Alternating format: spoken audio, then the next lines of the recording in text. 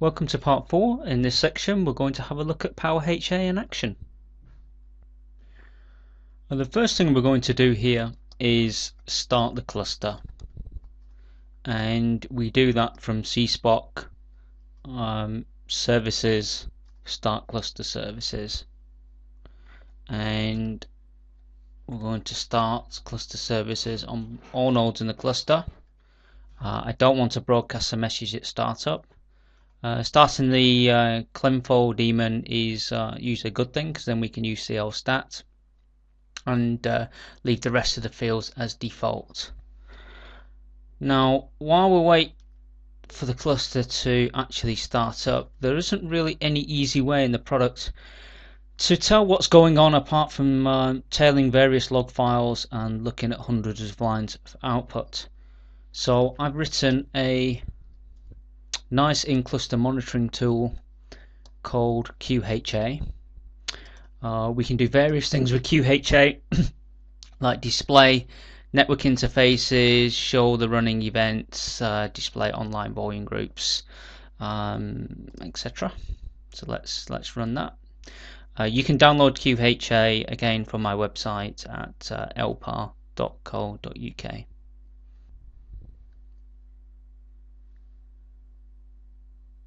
So as you can see there, the internal state of the cluster manager is changing. We're running some recovery programs. We're running the application start script. Nodes are coming up. Resource groups online.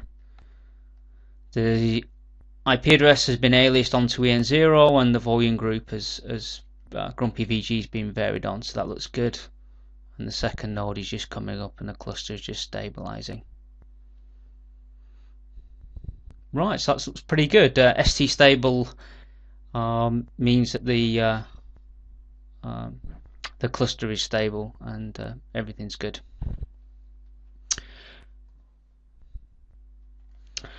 So let's, using the CL manager command, let's perform some actions. So let's firstly move the resource group to the backup node. And we've just kicked that off there. We can watch event processing and state changes through QHA while that operation is in effect.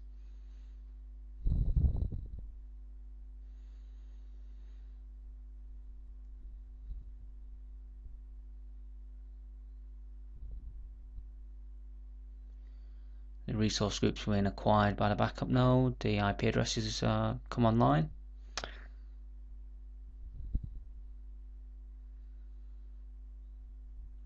And that looks like that is almost complete. We're just starting the application script.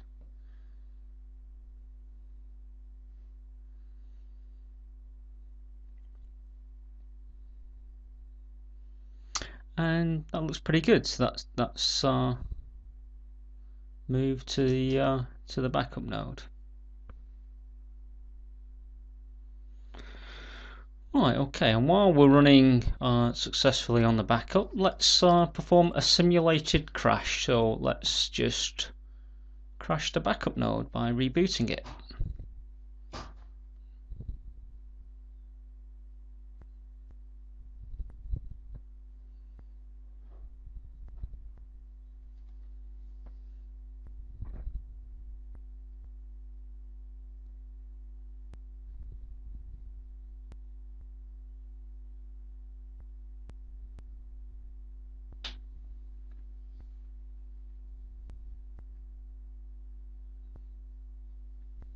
And the application is successfully running back on the primary.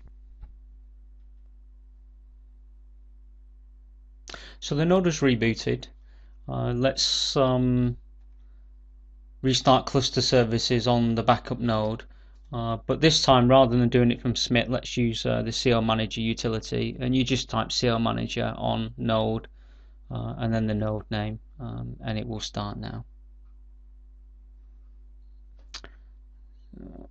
And we can check the status using QHA.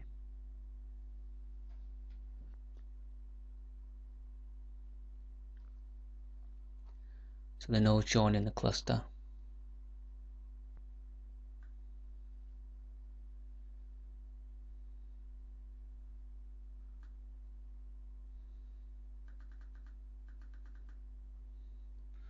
Right, and both cluster nodes are now stable.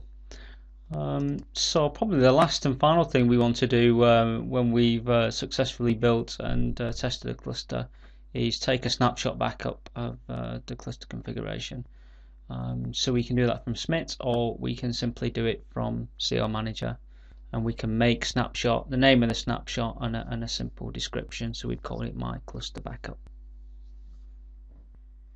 If after taking the snapshot backup we suddenly do something like I've just done a topology listing and I've just deleted the resource group, and we want to restore the snapshot from the backup, let's do it from SMIT this time. So we jump into cluster nodes and networks, manage the cluster, and then we find snapshot configurations, and we can just restore the cluster config from a snapshot. Pick the snapshot that we just created and apply it to the running cluster.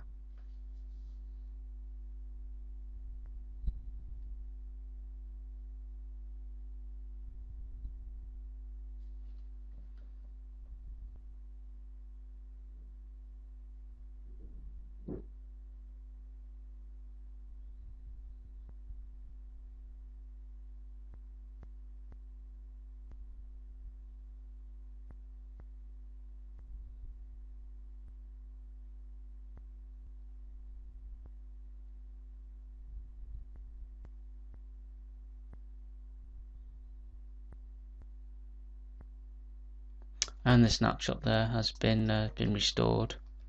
So if we look at our topology configuration, you'll see our resource group is now back.